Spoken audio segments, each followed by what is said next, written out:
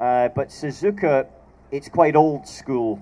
It's quite narrow. It's a bit like Road Atlanta, if anyone's been there. It's quite narrow, it's fast, it's undulating, it's up and down, and you have to attack. And if you don't attack, you're slow, but if you attack too much, then you just lose time and it ebbs away from you, and you don't really know where, but you see in your delta time display the lap time just falling away. But when you've done a quick lap in Suzuka and you've come down the hill towards the first corner, and the first corner is a 200 mile an hour entry, then you know you've worked for it, and there's a lot of satisfaction. I think it's an old school driver circuit, and in Europe we've got different tracks to that nowadays. In the States you've still got quite a few of those ones which, you know, they've got hairs on their chest, and that definitely is a track with hairs on its chest. There you are. You've heard that. Can we see your chest? Have you got? I actually do have a very, very big chest hair.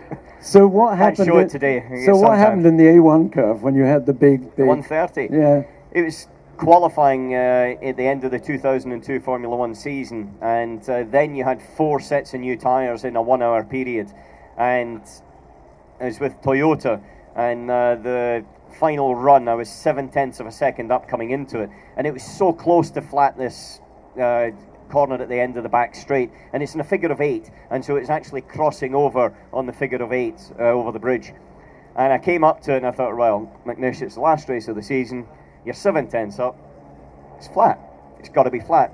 Unfortunately in the Toyota it wasn't flat. I found that out about 3/4 way through as the car got into an oversteer. I caught it, it went the other way, and I knew I was going in heavily, like really heavily. It was 180 mile an hour shunt.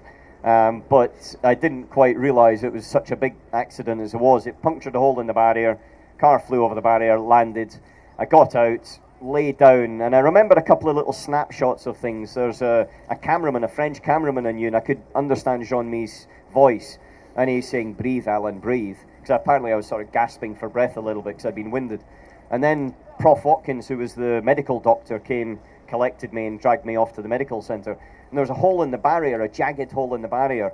And I remember walking through the hole in the barrier with Prof and thinking, that's a bloody stupid place to have a hole in the barrier. I'm going to have to speak to the organisation about that. And then I sort of woke up in the medical centre with Prof Watkins trying to relay my injuries where the seatbelts had put some strain on certain areas and how to translate that into Japanese, and he was struggling with that one.